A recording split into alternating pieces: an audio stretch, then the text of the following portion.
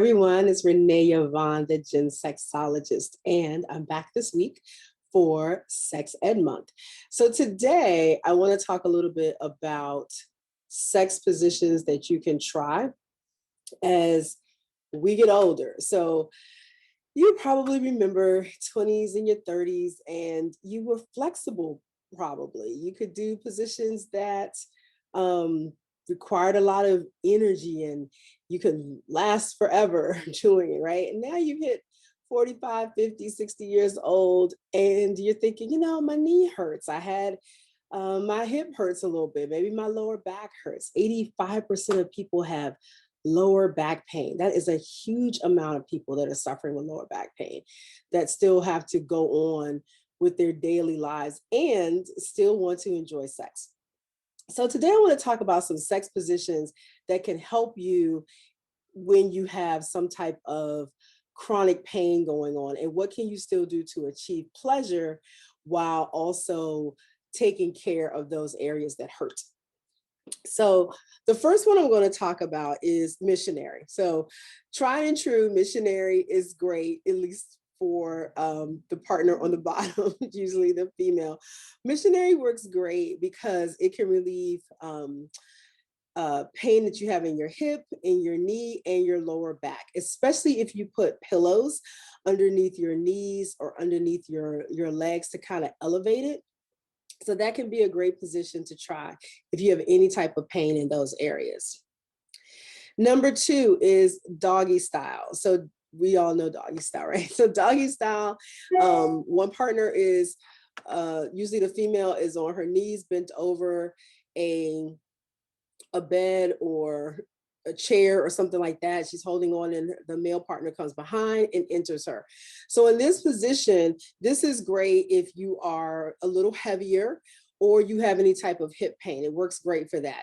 It's not bad too if you have back pain, because your partner can also kind of massage your back while you are being intimate. And so that can help out with that as well.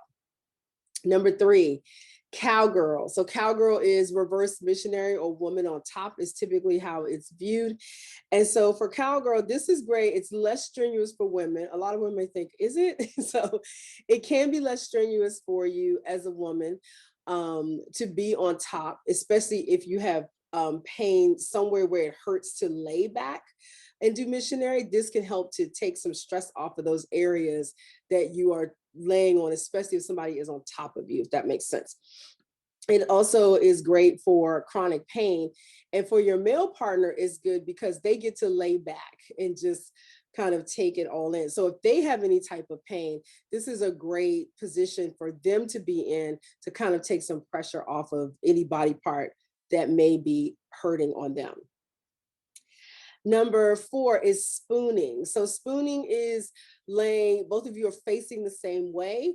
The male partner is usually behind the female partner and entering her from behind. And that may require you to lift a leg or something like that in order for him to enter you. So in spooning, your bodies are curled into one another. And this is great if you have arthritis, fibromyalgia, any type of chronic pain like that, because again, there's not another body laying on top of you, which on a part that could hurt, and you can get into that position. Granted, if your hip hurts or anything like that, this could be problematic. But if you're not dealing with pain there, this is a good position to be in to help alleviate any chronic pain that you may be having in other areas of your body. And last but not least, I'm sorry, and I have 2 more, actually, not last but not least. Using a chair. So having sex in a chair. So the male partner can be seated, the woman partner can sit on top of him and face him. This helps to build intimacy too, because you're looking directly into each other's eyes. You're close, you're face to face, you're chest to chest in most cases. This relieves any stress that you may have on your back and your legs. And as I said, it helps to increase intimacy because you're right there. You're very close to each other in a chair in a different way than you are in the bed. So you're, sitting face to face like this, and that can be really great position to be in as well. Last but not least, I'm going to mention this, and I'll put the link in the bottom. I don't make any sales from anything like this. I'm not an affiliate, but you may want to consider a sex chair. And I mentioned this, I think, in the last one of my previous videos. The Liberator S is ESSE, is a great chair to try out. You can get in a number of these positions or other positions and try things out this way, because this will help you to, it'll take the pressure off a lot of the body parts that you may have. So I encourage people, especially Gen Xers and baby boomers, to invest in a sex chair, or a tantra chair, they call it, or a yoga chair. You'll see it listed in a lot of things. You can get them on Wayfair.